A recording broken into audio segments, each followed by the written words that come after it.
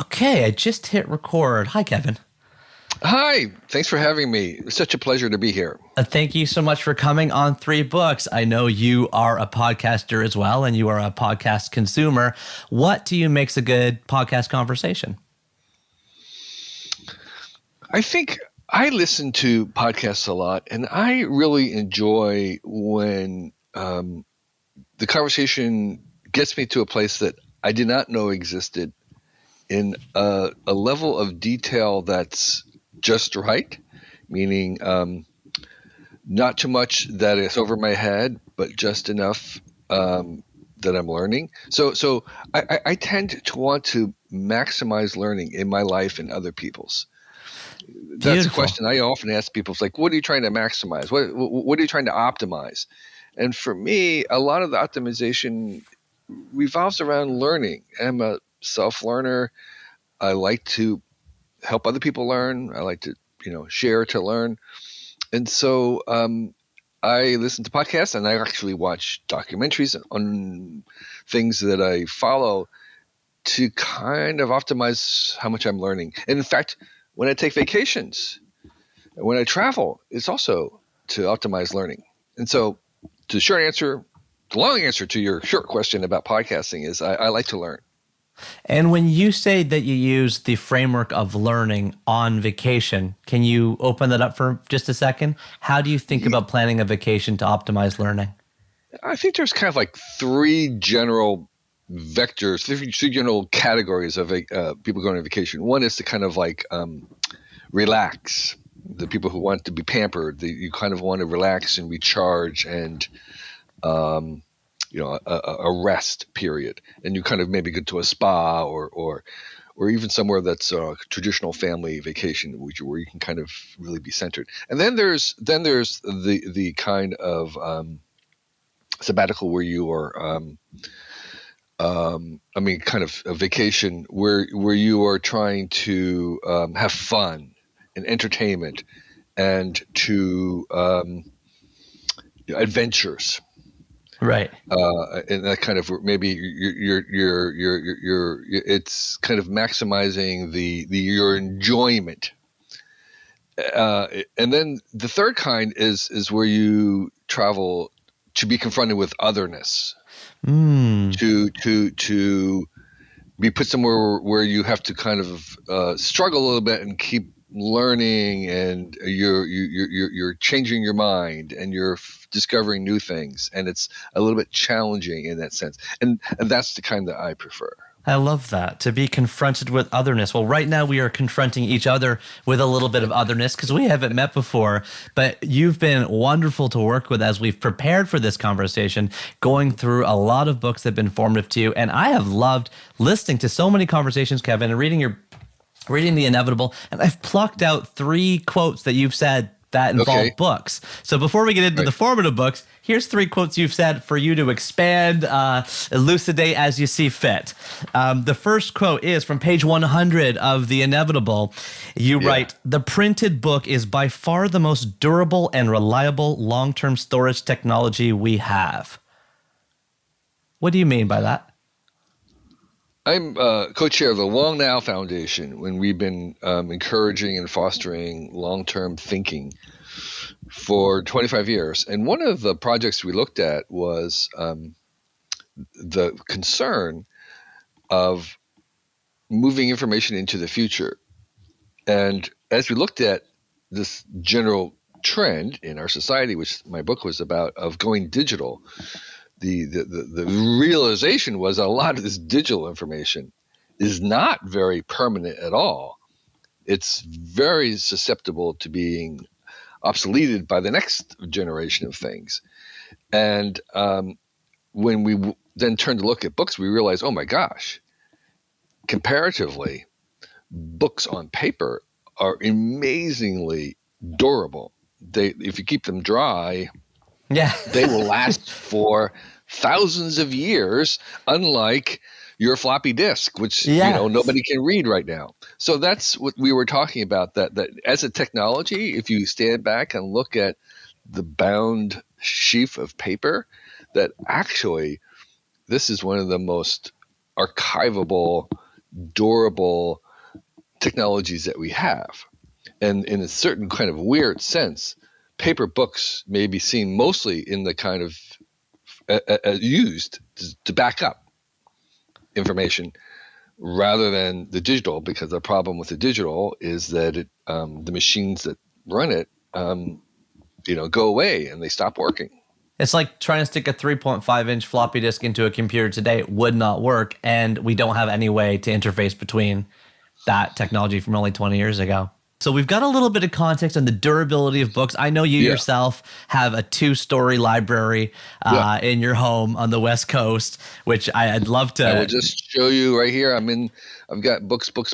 There's wow. Okay, so for people listening to this who can't books see, over here. Wow. So I am surrounded by books, and having those as my companions, well, when I think and write, and I'm here most days, has been transformative. There's something incredibly comforting about having them. Again, I have books in our bedroom. I have bookshelves in the living room. So yeah, we probably have about 10,000 in total. Nice. I'm the George's quote, I cannot sleep unless I'm surrounded by books. And it is that love of books and that bibliophilia, Kevin, that we are hoping to tap into today. You've given us 4 of your formative books, which I'm thrilled and delighted to go through right now. The very first one that you gave us is called The Next Whole Earth Catalog. Specifically, I believe it's the Access to Tools edition, which I'm holding up here. It has got to be, I want to say 4 or 5 pounds. I don't know, 12 inches by 18 inches big. It's gigantic, totemic.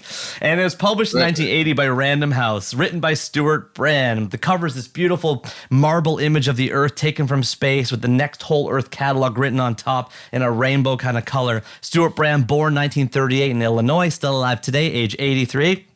He's the founder of not only the Whole Earth Catalog, which published through 1968 and 1972 regularly and then more sporadically until 98, but also founder of The Well, Global Business Network, the Long Now Foundation, and other groups that are centered around themes of groupthink and problem solving. This is a compilation of the Whole Earth Catalog, a magazine featuring essays and articles primarily focused on product reviews.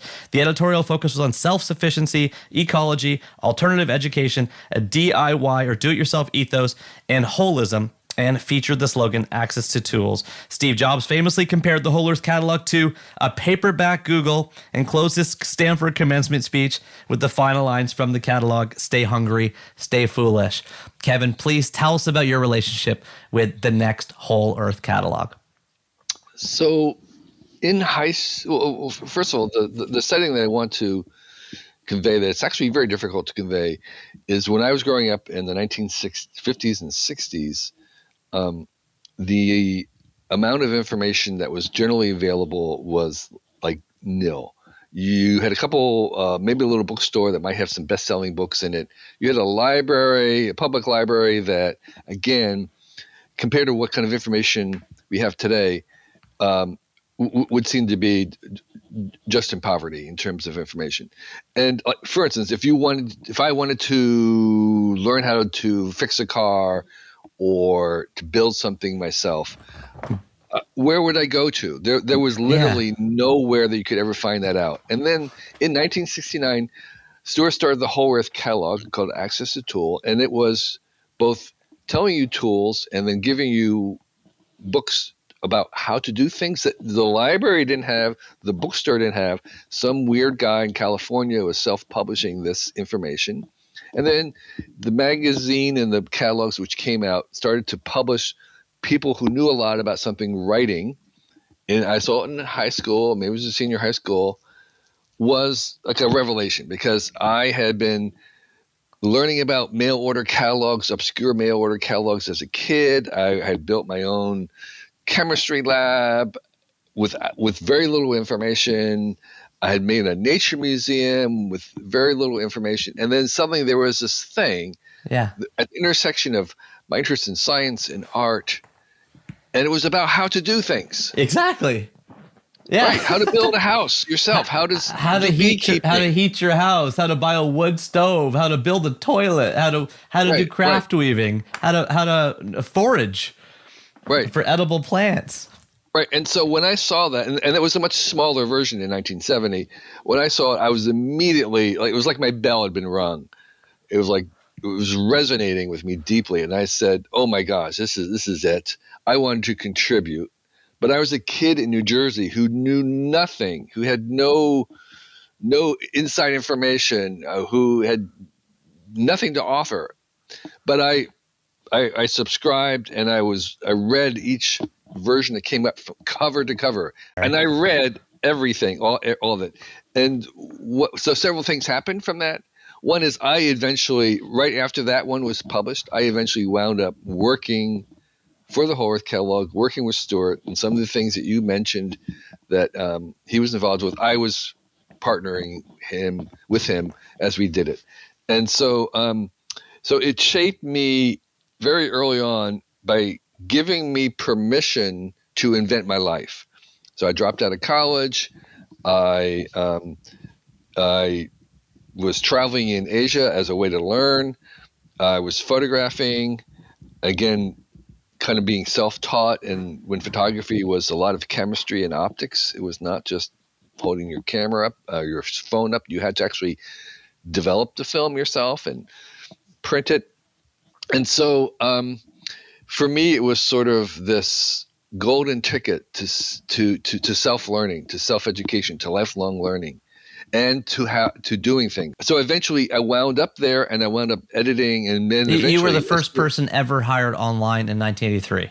Yes, I was for this job with Stuart, because we became very involved in the early online version. So what the Whole Earth wanted to be actually was not to be printed on newsprint. It really wanted to be an electronic information service, and that was one of Stuart's kind of original ideas. But it took many years until that caught up, and then once the internet did come, the catalog kind of disappeared because it was basically replaced by the internet.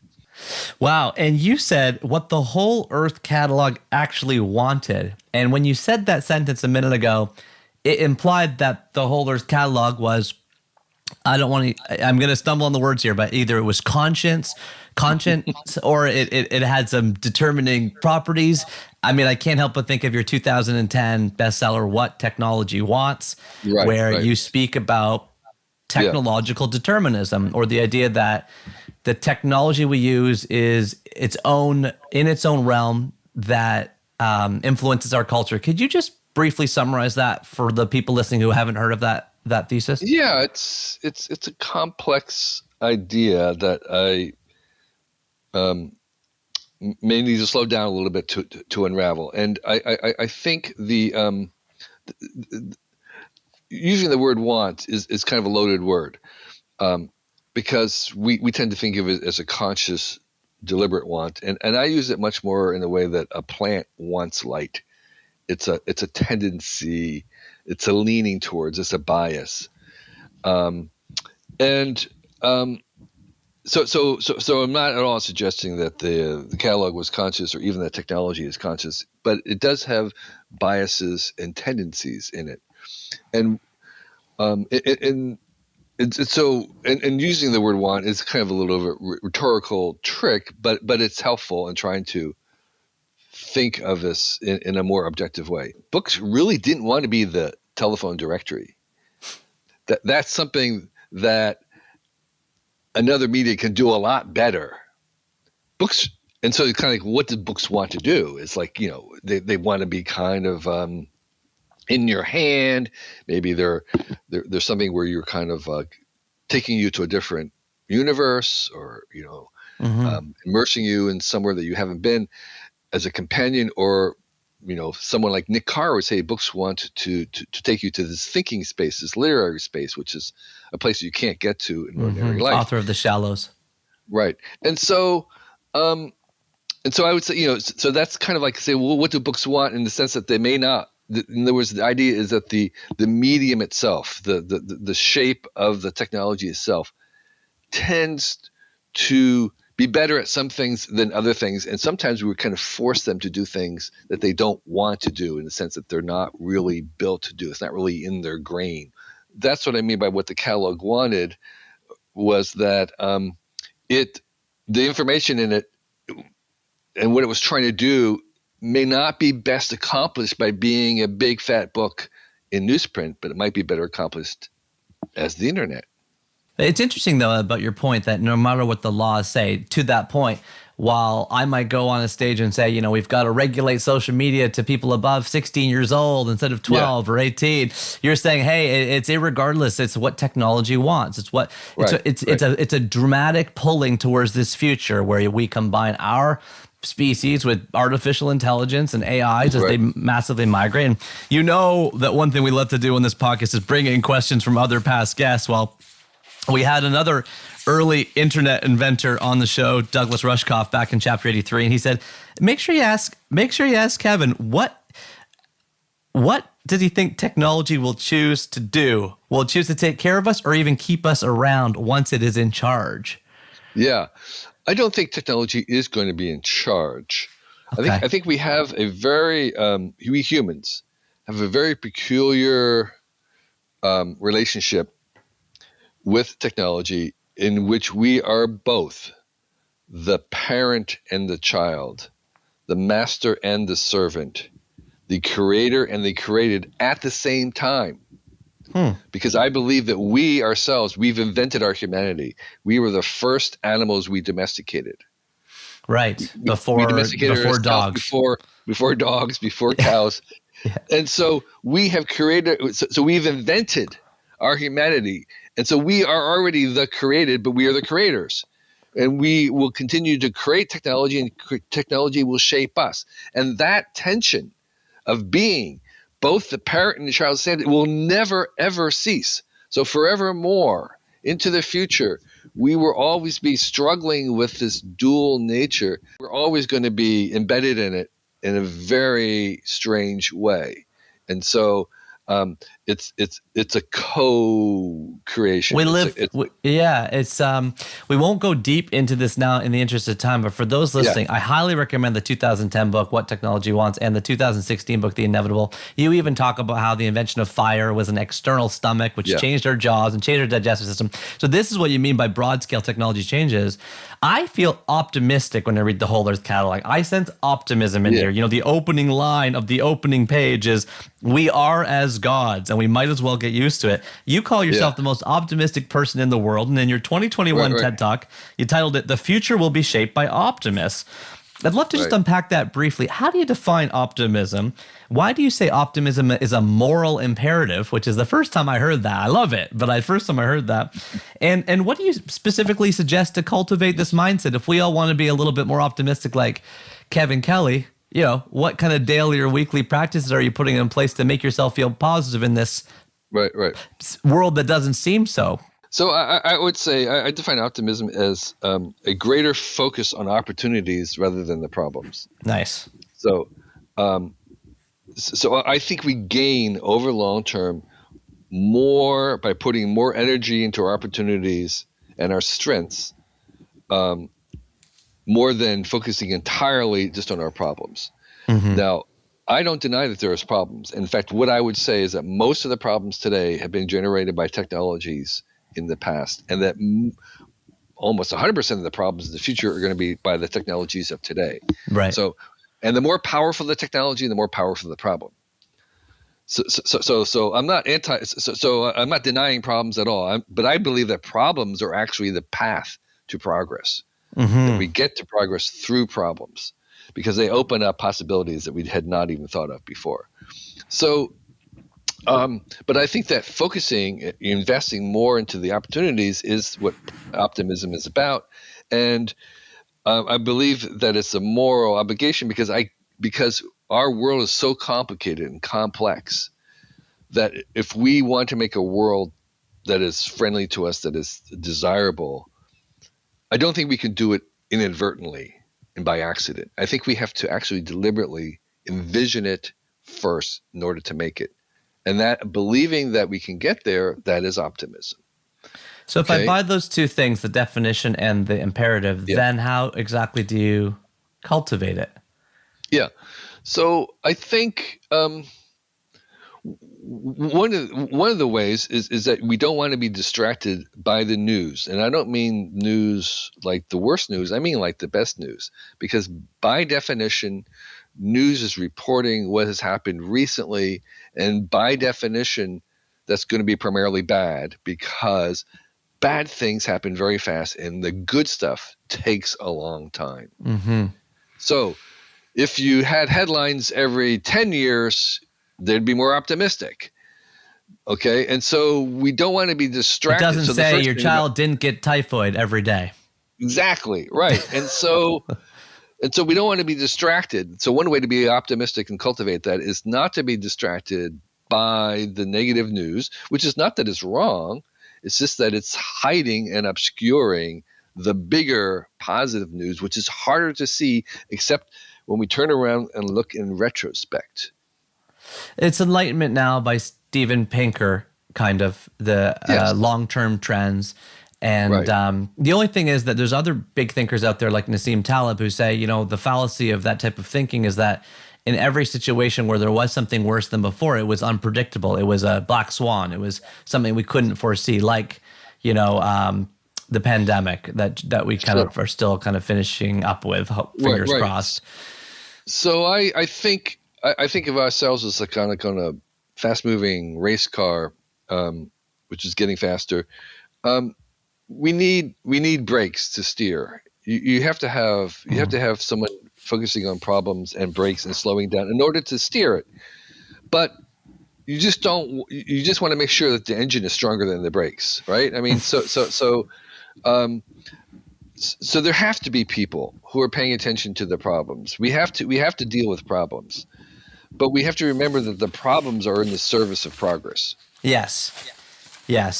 Similar to the obstacle is the way, Right. or the same that Exactly. thesis. So you're a kid in New Jersey. You get access to this catalog. You become the first person ever hired online in the history of the Yep. world, which is an amazing thing. In 1983.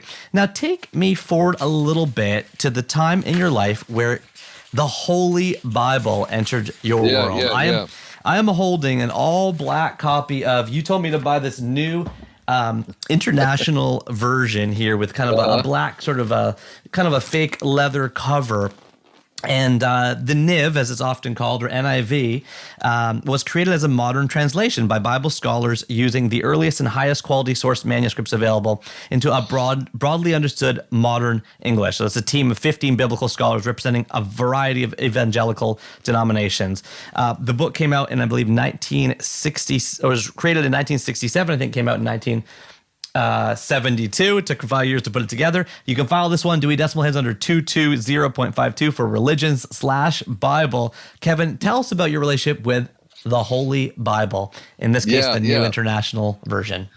So my best friend in high school became a zealot, a missionary guy, and he was quoting the Bible to me, and it's like I'd never read the Bible. I mean, had gone to Catholic church, but I had never read the Bible, and it seemed implausible to me, or confusing.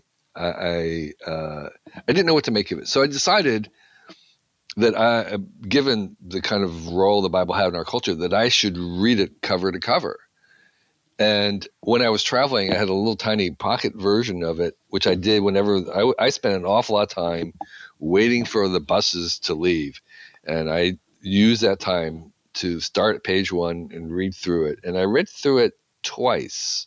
And I guess the thing about it was that the Bible was like nothing like I had imagined it, nothing like people were talking about. It was far more kind of disturbing in many, many ways, and kind of maybe more powerful in other ways. And the more I read it, the more I realized that most of the people talking about it, including a lot of Christians, have never read this thing.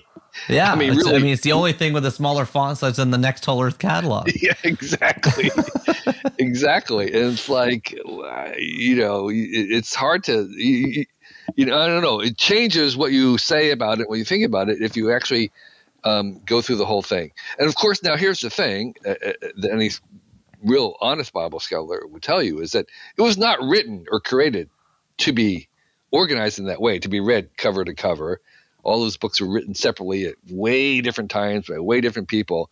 So it's not as if this was the way it should have been presented or written, but this is certainly what it is now. And so I think it's the kind of, and this is Bob Dylan's take on it. It's the most underrated book and the most overrated book at the same time. Okay, but it's so core to our culture that it kind of, it really is an essential thing, and it changed me in the sense that I did, as a result of it, become a Christian and identify as a Christian from reading it, and I concluded that there was a lot of truth in this very disturbing book, and that truth became really essential to me in my own life, in the sense of how I thought about the universe and how I thought about why I'm here, and the big questions that most people have. What was disturbing about the Bible? And I've heard you identified as a born again Christian. How do you define born again Christian, and what role do you see religion playing? No, it's entirely out of fashion, and it will probably will disappear over time. First of all, I don't identify myself as a born again Christian. That's okay. Wikipedia. Sorry. Okay. But that's Wikipedia. The Bible is disturbing. What was your first question? Because the the God that it portrays is a very vengeful Old Testament. I mean, the Old Testament has a lot of stuff in there that is like, that's really hard to fall in behind. I mean, it's like that's archaic. That's it's not progressive. And to kind of understand it as a source of any kind of universal truth is difficult, because it doesn't always match what, first of all, the New Testament is suggesting. And I'm headed into theological controversy, because the really true believers would say that there is no discontinuity. It's one large message. I didn't read it that way. That's not how it appears, at the very least. Maybe you can work yourself into that, but man, it's historical, and so a lot of this is historical depictions of and put it this way. It was not uncommon in ancient societies for people to sacrifice children. I mean, it was not just in the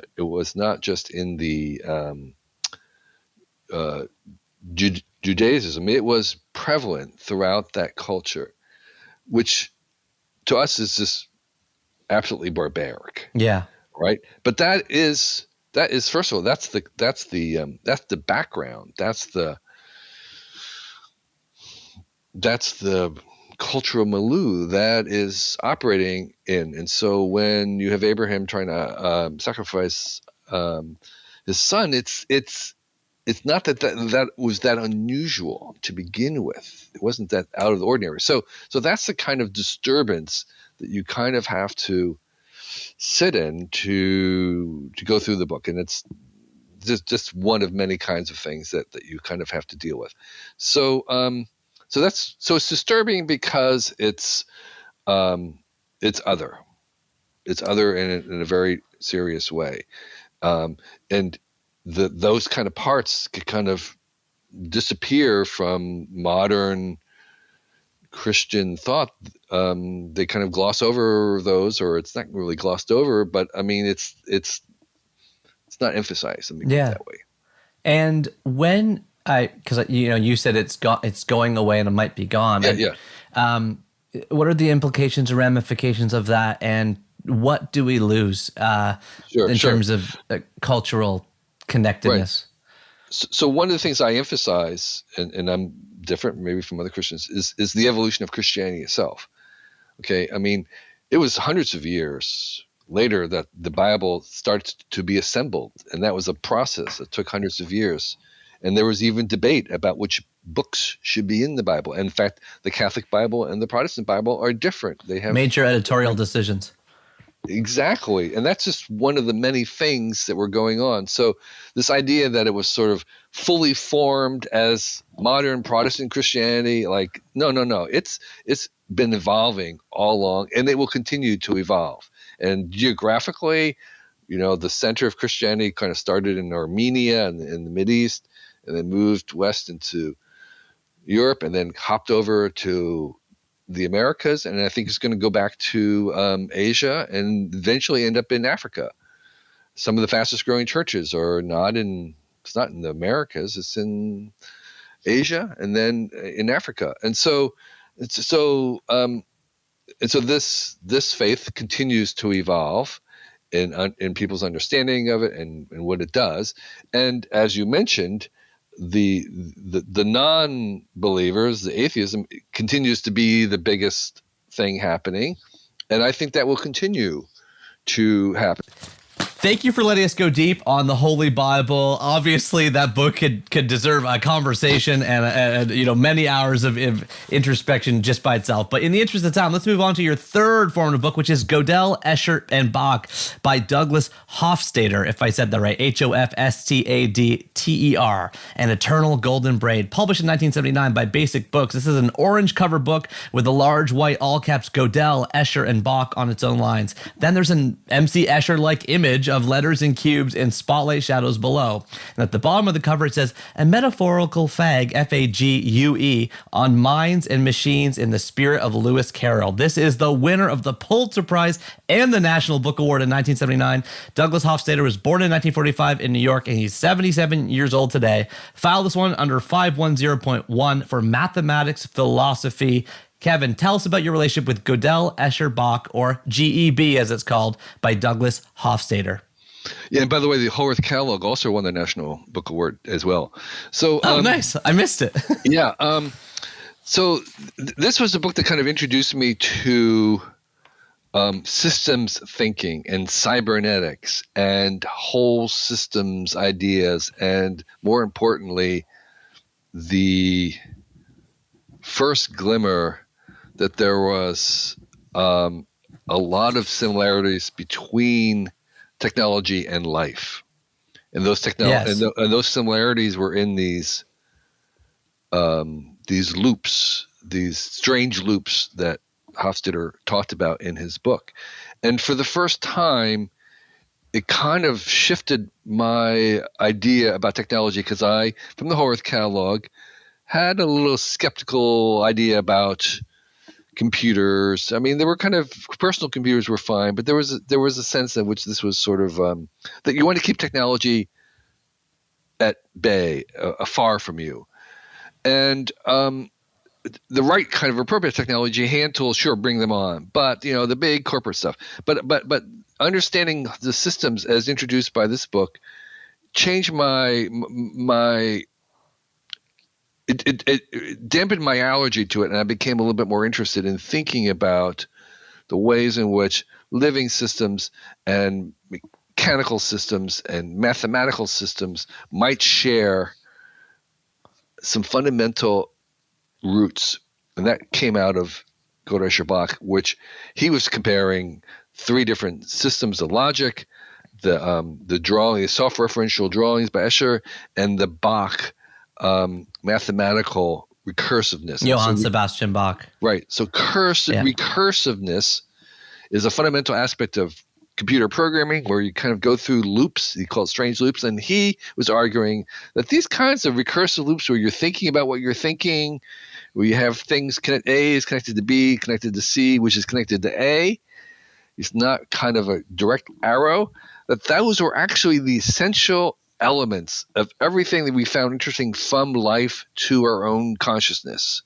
And so that these strange loops where they have recursiveness, they're logically should be impossible, but they were actually logically necessary to make these complicated things. And so that was sort of like a door opening. And at first it was kind of like a lot of people, it was like lots of words, really hard to understand. But I found over time that I internalized that kind of perspective, and it became more of a foundational assumption for later on when I've been looking at, of course, living online with the internet and looking at AI. They all actually, this was a fundamental insight, and so that I blame it on that book. I blame it on that book. Well, you can see the steps though coming through the Whole Earth catalog, then to the Holy Bible, then to GEB, and finally we're gonna close this show off with you talking about Finite and Infinite Games: A Vision of Life as Play and Possibility by James Carse, published in 1986 by Free Press. I'm holding the cover in my hand. It's got this like white cover with yellow, light blue, dark blue, pink, and green cubes tumbling down the left side, and at the top of the cover it says there are at least two kinds of games. One could be called finite, the other infinite. A finite game is played for the purpose of winning, comma, an infinite game for the purpose of continuing the play. James Carse was an NYU professor of history and religion who lived from 1932 to 2020. This is an extraordinary book that will dramatically change the way you experience life. Finite games are the familiar contests of everyday life, the games we play in business and politics, the bedroom and the battlefield, games with winners and losers. But infinite games are more mysterious and ultimately more rewarding. File this one under 110 for metaphysics. Kevin, tell us about your relationship with Finite and Infinite Games by James Carse. Yeah. So those first three books that you mentioned are all these sort of sprawling, overwhelming treasure troves of infinite amount of information.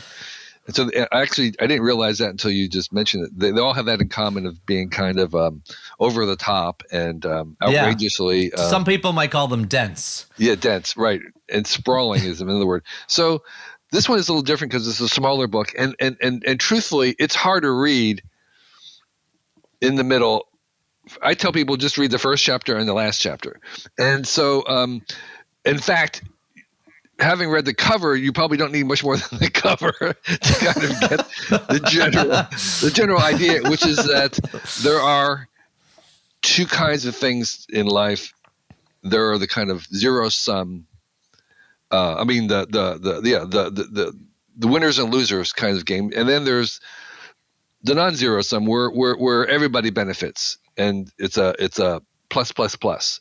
Win-win-win. And those win-win-win are kind of infinite games, and meaning that there's no end to them and they keep going. And once you understand that, most of the things that we want in life result from kind of this infinite game where there's no end to it and everybody keeps benefiting and you want as many people to bring in as possible. And so that was very similar in line with both my own experience, but it gave kind of a language to my optimism, to this whole systems view that GEB suggested, and it gave a way to talk about it. And that's what it did for me. Was okay. Here I can make this. I can see this in the real world. This is a practical, actionable thing, which is I'm going to always look for the infinite game, and I'm going to run away from the finite games where there's winners and losers, except for entertainment, for sports and things where there's winners and losers. But to actually play it, engage it, try to make it, to take it seriously, the only one you want to really consider are the infinite games. And the question is, as you go into it, is like, is this, if I look at stocks and trading, is that an infinite game or is that a finite game? Well, It's usually a finite game because there's winners and losers. But entrepreneur making new companies, that's an infinite game. Or parenting. I was gonna throw you. See if, right. Exactly. You've said a lot. You've been very formative in my own view of parenting. I think I heard you back in 2014 on the Tim Ferriss podcast talking about the world underpopulation crisis kind of begets people having as many kids as they can. And you've been public on Freakonomics saying, I wish I had a fourth child. You've got 3 adult children today. I don't think you're a grandparent. I think of parenting as an infinite game. If you have 3 adult children today, and there is a conversation happening globally right now about whether or not we should have kids. Elon Musk is coming out right now and saying a collapsing birth rate is the biggest danger civilization faces. Yeah. how do you come out on this idea of whether or not to have kids or whether or not to have a lot of kids? Well, you should I'm absolutely. asking selfishly. Yeah, right. There's no overpopulation of humans, so don't even worry about that. You should have as many kids as you possibly can have, and I do think this population implosion, which will happen sometime towards the end of this century, is very challenging because throughout history, all large scale prosperity that we've seen has always been accompanied by rising population.